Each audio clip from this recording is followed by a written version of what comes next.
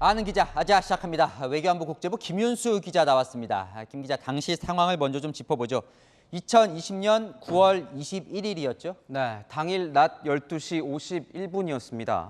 인천 소연평도 남쪽 해상에서 해양수산부 소속 공무원 47세 이모 씨가 어업 지도선을 타고 당직 근무를 하던 중 실종됐습니다.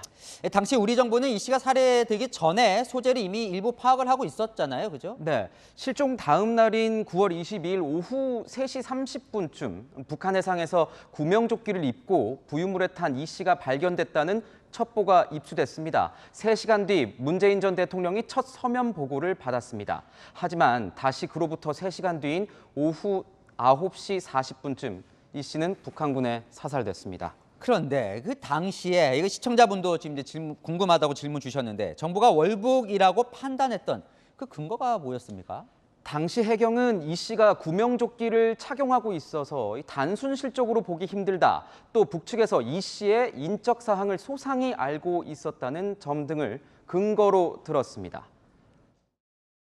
단순 실족이나 극단적 선택 가능성은 매우 낮은 것으로 판단하고 있습니다. 실종자는 월북한 것으로 판단하고 있습니다. 네, 또 이 씨 발견 지점이 해상 표류 방향과 맞지 않고 이 씨가 약 3억 원의 도박 빚이 있었다는 점 등도 도피 목적 월북 근거로 제시됐습니다. 자, 그랬었는데 오늘 월북으로 단정할 수 없다. 이렇게 발표한 증거는 또 뭔지. 그렇다면 과거 그때 이 증거가 거짓이었다. 이건 또 아닌 거잖아요, 지금? 네, 총을 겨눈 북한군에게 살기 위해서 순순히 신분과 함께 거짓으로라도 월북 의사를 밝혔을 수도 있고 또 1등 항해사로 근무한 이 씨가 해류를 누구보다 정확히 파악하고 있었을 텐데 이 구명조끼와 부유물에만 의지한 채 월북했다는 건 설득력이 떨어진다는 게 이번 판단입니다. 그러니까 여러 정황을 두고 해석이 엇갈린 겁니다. 정확히 말씀드리면 월북의 증거가 없는데 전 정부는 월북이라고 단정했고 현 정부는 섣부른 판정이었다고 번복한 겁니다.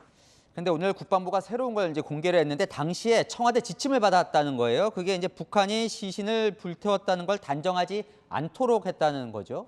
네.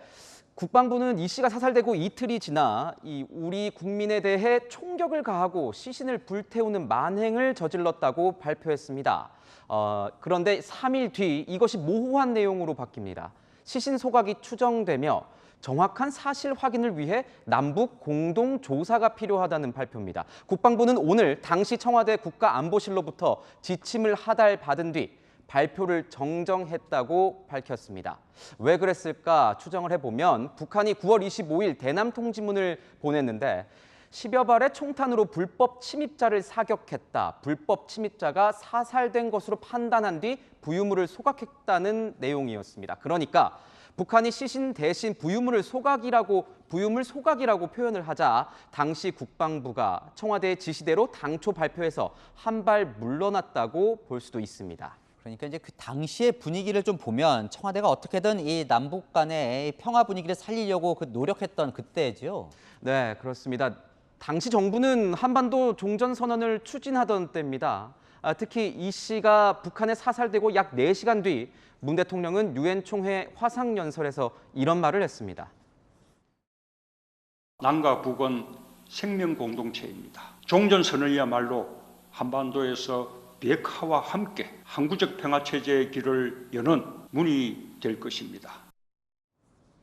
이에 화답하듯 북한은 9월 25일 대남 통지문에서 김정은 국무위원장이 문재인 대통령과 남녘 동포들에게 대단히 미안하게 생각한다고 전했고 문재인 정부도 매우 신속하고 이례적인 사과라고 의미를 부여하기도 했습니다. 일각에선 이 사건으로 종전선언 추진에 걸림돌이 되지 않도록 성급하게 월북으로 결론 내린 것 아니냐는 의혹도 제기되지만 확인되진 않았습니다. 자, 시청자분이 좀 답답해 하시는 것 같아요. 이거 추가 조사나 자료 공개는 안 되냐고 물으시는데 오늘 발표를 봐도 아직 속 시원히 풀리지 않은 게 많습니다. 네, 그렇습니다. 군 특수 정보, 조사 자료 등은 공개하지 않았습니다.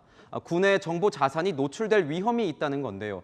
또 당시 월북이라고 판단하기까지 청와대 등의 의사 결정 과정은 문재인 정부 말기 대통령 기록물로 지정돼 이번 공개에서 제외됐습니다. 그 대통령 기록물, 그건 뭐 공개는 도저히 안 되는 건가요? 네, 임기 만료 후 대통령 기록물로 지정이 돼서 15년간 들여다볼 수 없는 상황입니다.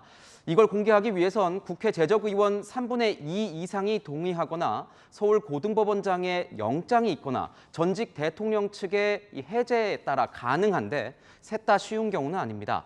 대통령실이 항소를 취하하면서 이 대통령 기록물에 포함되지 않은 국방부와 해경 등의 조사 내용과 청와대 보고 사안 등은 유족이 열람할 수 있는 상황인데요.